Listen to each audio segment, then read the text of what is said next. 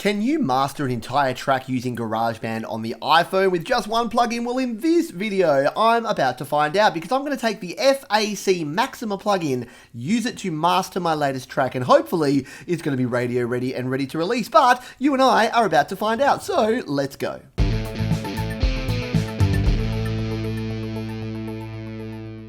Hi, my name is Pete and this is Studio Live today, and if it's your first time around here, what I like to do here on the channel is help you create, record and release your best music. And before you release a song, mastering is something that you should be thinking about. Mastering is the final stage in the creation process. You write a song, you create and record it, you mix it, and then mastering is those final tweaks. So in this video, I'm going to be jumping into GarageBand on my iPhone using the FAC Maxima plugin and seeing if we can get a good final master of my track called Never to Blame. So let's jump in to the phone and take a look now. Here we are back once again in my GarageBand iOS track here. This is Never to Blame. This is my 6th track song that I have been working on. If you've been watching some of the more recent videos, you've seen me record and mix this final mix. But if you aren't familiar with the song, it sounds a little bit like this.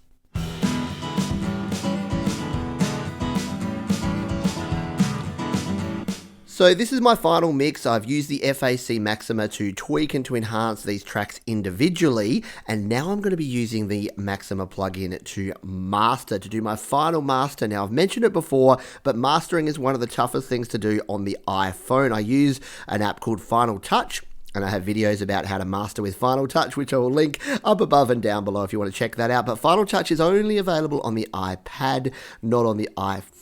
So I've got a lot of viewers and people that talk to me here that are only on the iPhone and they want a solution for mastering on iPhone. So that is what I'm going to be doing here today. This has been completely recorded, mixed, and now mastered on the iPhone. So the first thing we need to do here is to actually export the WAV file of this track. So I'm going to go and I'm going to go back to my songs here.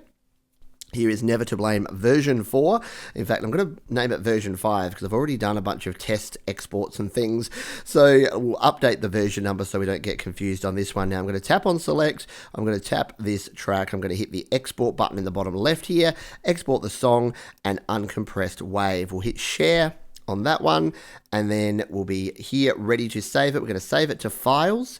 It's going to export the song, and then what I'm going to do is I'm going to save it back to the same location here on my iPhone in the GarageBand folder, just for convenience, so I know exactly where it is, and I can get back to it, and we can start working on it with the FAC Maxima. Now, the setup I have here today, I have better audio quality because I've outputted via my Steinberg UR12, and then that is outputting into my PC where I'm recording stereo audio. So it's still going to be analog through a couple of different interfaces, but it's going to be a lot better than the mono audio that we get directly from the screen recorder here in GarageBand. So you can thank me later for the editing that I'm going to have to do to stitch these back together afterwards, but it is all in the name of giving you a little bit better audio quality, and then YouTube will compress it. But anyway, let's just, we'll put it here on my iPhone GarageBand. We're going to tap add, and there we are. We have our WAV file there, 34.1 meg of goodness. Now, what I want to do is I want to bring this into a blank project so I can add the FAC Maxima plugin to it. So we're going to tap create document. We'll just throw a keyboard because it doesn't matter. We're not going to use this track, and then we'll tap on our track view here. We've got a little 1 in our loop icon in the top right corner. We're going to tap on that because that is where our file is going to be. We'll tap move files. It just doesn't like to have things outside of the right spot. It's going to move it over here into the correct spot, which is in our file section here of our, what is it called? GarageBand file transfer. That's what I'm trying to say. So here is Never to Blame, and you can see I've done a few little tests of this already over the couple of months I've been working on this. Let's tap and hold on Never to Blame version 5, drag it over here to this second track and release. And here, if we zoom on in, here is our complete track from start to finish. I'm going to turn off the metronome because we don't need that, and we can see that this is our track ready to go, ready to be mastered. Now, what I like to do first of all is I like to actually get rid of the tops and the tails because I don't want this, when I'm doing my final export, I want to make sure it's only exporting the right amount of this file, not a whole bunch of other stuff before. So let's just find the spot at the start here. We'll hit play. And it's kicking it about there, so we don't want it sort of right there, but let's sort of just bring it back about there, and I'll tap again, I'll go split, I'll split it, I'll tap it, I'll delete it, and then we'll move this right back to the start. Now let's play.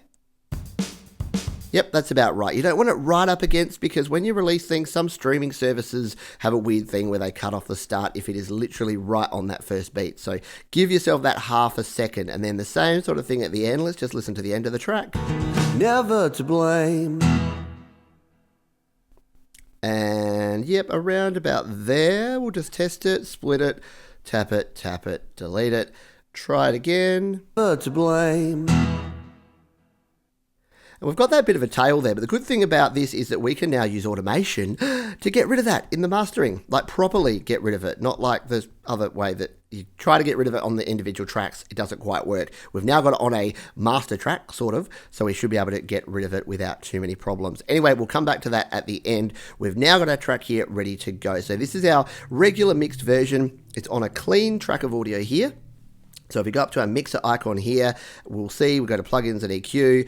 All that's on here is the effect EQ, which is just part of this clean audio track, which is just our tone knob, which is just not doing anything right now. But just to be sure, let's turn it off. We'll tap effect EQ and we'll get rid of that. So we're not going to be using any of those tone effects. In fact, let's delete it entirely just so that we know it's completely gone. And we've got 100% clean audio to start with.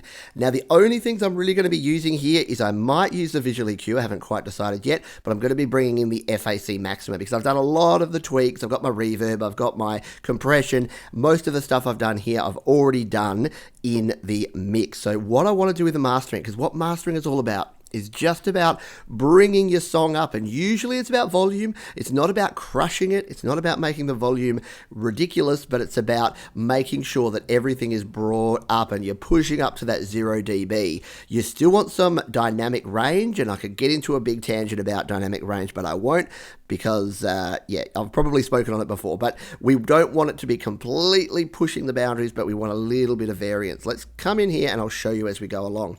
So we've added an effect, we've tapped on audio unit extensions, and we want the FAC Maxima by Fred Anton Corvest. And side note, I'll admit I was struggling with this. The reason I've got all these other versions is I've been doing a lot of experimentation, and I actually reached out to the developer. I reached out to Fred, who's a really cool guy. I don't suggest you all go and email Fred, but he's a really cool guy, and he did get back to me and gave me some tips. So I'm going to be taking Fred's tips on board as we master this track here as well. So what we're going to do, in fact, what I'm going to do before we get started too much, and I should have done this beforehand, is actually duplicate this track out. So we're going to tap it, we're going to go duplicate, and then we're going to tap this, we're going to go copy, and then we'll paste a new version on here because I just want a version that I'll keep muted down here in case I want to come back to it and remove a bunch of stuff. In fact, I should have done this before I added that plugin, so we'll do that. Just so that we have a completely clean version down there, which we'll leave on mute. And now let's come in here and do our business with this one. Now, here is the FAC Maxima. If you haven't checked out the previous video I did, I suggest checking that one out. It'll be linked at the end if you didn't catch it. So hang out with me here now and you can catch up on it afterwards. So this is our interface here. We're on the iPhone, so we do have to scroll left and right to get to all of the dials. Now, this is not going to be a comprehensive overview of this plugin because I'm 2 weeks into it and there are so many options that I still haven't got to all of them and perfected my use of this. And that is actually a compliment because the good thing about this is that we have these presets. So what I've been doing is dialing in a preset, playing with it, and then seeing what all the different options do. So I guess a good plugin is something like this where you're going to be able to quickly add a preset and do your thing, but then you've got enough options here so you can go into enough detail. Let's just tap on one of these that we can actually come in here and change a bunch of stuff once you get into the more advanced mode. So I'm using the Master LaDonna. Let's just go back. So Master LaDonna, this is the mastering preset that Fred himself suggested that we try out. So this is what I'm going to be using on this track to get us started, is the Master LaDonna. Now the first things I'm going to do though is I'm going to throw the mix knob all the way down and the threshold I'm going to pull back a little bit because what I found is that these two and then probably the reset as well, they're the sort of three things that we want to do pay the most attention to. So they're what I'm going to be focusing on in this video now. So what I'm going to do is let's go into the track proper and we'll hit play. Now the mix knob's at 0, so nothing's going to be happening here. And what I'll do is I'll just start dialing in the mix and dialing in the threshold, and you'll hear and see the difference that this makes on our meters over here and on the track itself. So let's hit play now. And I don't even wave at other cars when I pass by. Don't have the time, you know I'm such a special guy. And all my friends are telling me that I should be ashamed. But I'm not even listening, 'cause I'm never to blame. Okay, so that was 2 very short little small moves, but we did a lot of things there, so let's explain what we've done. So the mix here, the dry wet mix here, this is important because this is how much of this effect that we're actually adding. So with it at 0, means it doesn't matter what we touch on anything else, it's going to add no effect at all. If this is 100, then it's pushing 100% of this effect onto the track. So in a mastering situation, we want to go with subtlety. We don't want it to really push it and crush it, so we're going to start small. So that's why we did that. Now you'll notice here that when I dial the threshold knob, that it moves the line. Well, it doesn't while we're not moving, while it's not playing, but it moves this orange line up and down, and that's an indicator showing how much of those peaks we're actually squashing. So how much we're actually compressing the signal, and the lower we go down on this threshold, the more compression and the more limiting we're actually getting. So what you're going to hear, and in fact, let's go extreme with this. I'll turn it all the way up, I'll get the threshold down, and you'll hear what we don't want, because it's important to understand what not to do, which can often help you understand what to do. So let's show you what not to do. I will make this insane, and I'll push the threshold, I'll push the mix, and you'll be able to hear and see why this is not a great idea. I spend a fortune, but I never pay the tab. I just don't give a damn when I make other people mad, and I throw my fellow humans under buses when I can. It's dark. So you can hear there that what it's doing is pulling up all the audio. So the natural parts between the verses, between where the chorus is not actually there, when we're not having the singing, is actually being pulled down. Though it's supposed to be being pulled down, it's actually being pulled up. So it's unnatural. You don't want that level of limiting where everything's being pulled up to 0 dB. So that's what not to do. And now let's take a step back and focus in on what we should be doing with this track. Okay, so our threshold is down, our mix is back down, and the other thing we have here is our reset. So this is how quickly the limiter will reset. I'm going to leave this around about that same option there around the middle zone. So to make sure it's not too quickly, it's not resetting too quickly, but not too slowly as well. And what I'm going to do now is I'm going to very simply dial in the threshold and the mix settings that I think is going to sound right for this track, and then we'll compare what would be a pre-mastered versus a mastered version. Don't have the time, you know I'm such a special guy. And all my friends are telling me that I should be ashamed. But I'm not even listening, 'cause I'm never to blame. I spend a fortune, but I never pay the tab. I just don't give a damn when I'm other cars when I pass by. Don't have the time, you know I'm such a special guy. And all my friends are telling me that I should be ashamed. But I'm not even listening, 'cause I'm never to blame.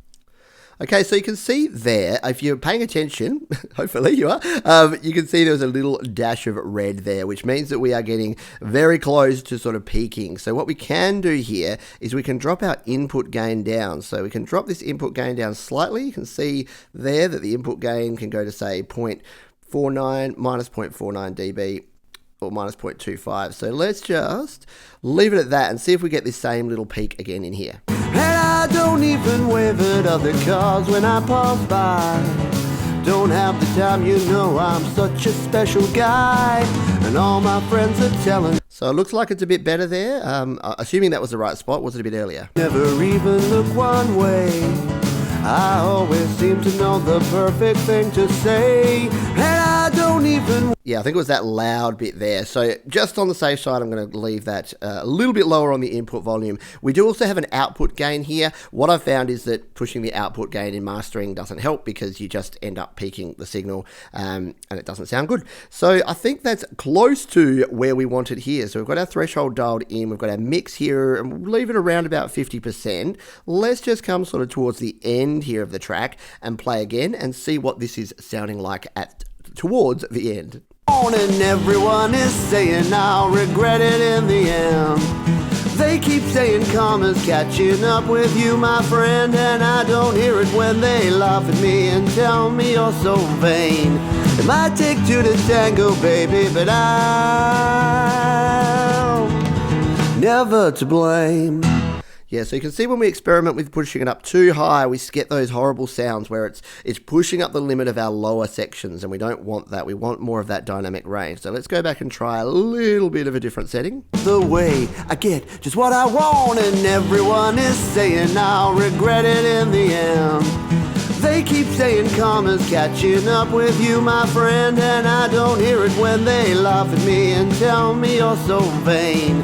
It might take two to Yeah, so you can see there that we're still giving ourselves a little bit of a gap, so we're going to keep the dynamic range here. Now, I did some testing before where I exported these tracks and brought them into Final Touch just to see how much they were pushing, because we get a good idea of the waveforms here, but we don't get that sort of full view of the whole track. So I did that before, and I realized that, yes, less is more. Make sure that you're going on the conservative side for your final mastering, which is what we're going to do here. Now, let's come back. We'll turn off the limiter, and we'll do our classic off-on test here to see what this is going to be sounding like with it turned off, and then when it turned back on. So we'll come back here to about bar 17, and we'll play this, and I'll leave it off and turn it back on, and we'll just have a listen to the difference between the pre-mastered and the mastered version. Oh, I'm such a special guy, and all my friends are telling me that I should be ashamed. But I'm not even listening, 'cause I'm never to blame. I spend a fortune, but I never pay the tab. I just don't give a damn when I make other people mad, and I throw my fellow humans under buses when I can. It's dog eat dog out there, so why not man eat man? And all my friends are telling me that I might be insane, but I'm not even listening, 'cause I'm never to blame.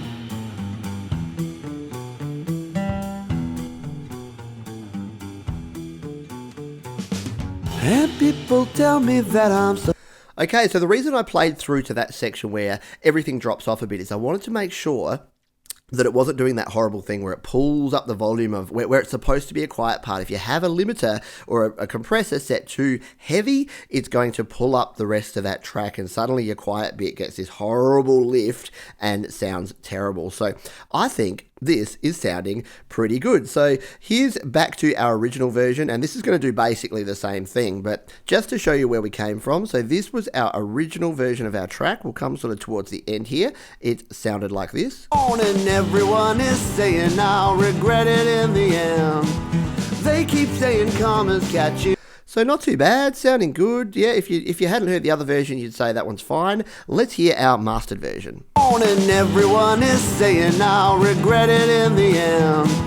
They keep saying karma's catching up with you, my friend. And so you can hear there, look, is it too much? Is it too little? This is what I want your feedback on. So let me know what you think of this. What I'm going to do is I'm going to export, and then I'll tack onto the end of this video the final full mastered version so that you can take a listen in actual quality or close to actual quality. It'll be compressed by YouTube, but you can take a listen to this, and then I'll come back right at the end and we'll sign off. But for now, I'm pretty impressed with the ability to use this limiter. Now, I could spend a lot more time. I could come in and I could use some other plugins here. I could use my EQ if I thought that there was too much treble or bass or mids. I could use another compressor as well as this if I wanted to. I'm going to try and keep it simple. So that is going to do it for now. Let's now jump in and take a listen to this final mastered version.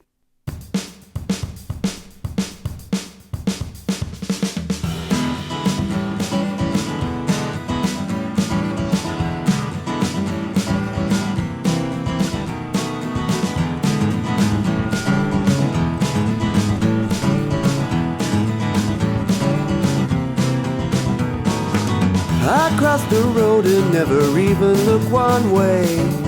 I always seem to know the perfect thing to say, and I don't even wave at other cars when I pass by.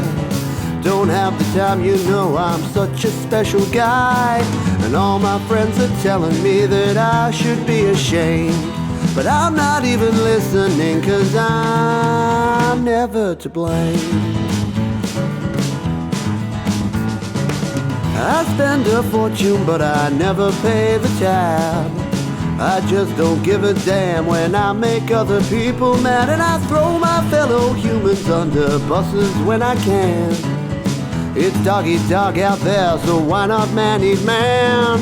And all my friends are telling me that I might be insane, but I'm not even listening, 'cause I'm never to blame.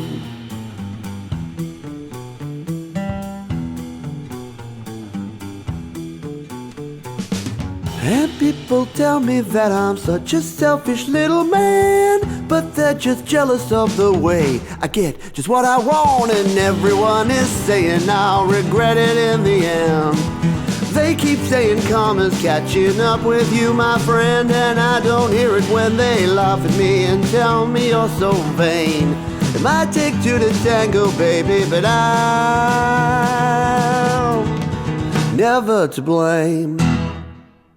There you go. So what do you think? How did we go here with this final master? Is it radio ready? Are there things I should be doing differently or changing? I want to know. I want to hear from you. Let me know in the comments below if you have any thoughts, any comments, any suggestions, any questions, or any tips for me that are going to help me improve this song and improve this final master.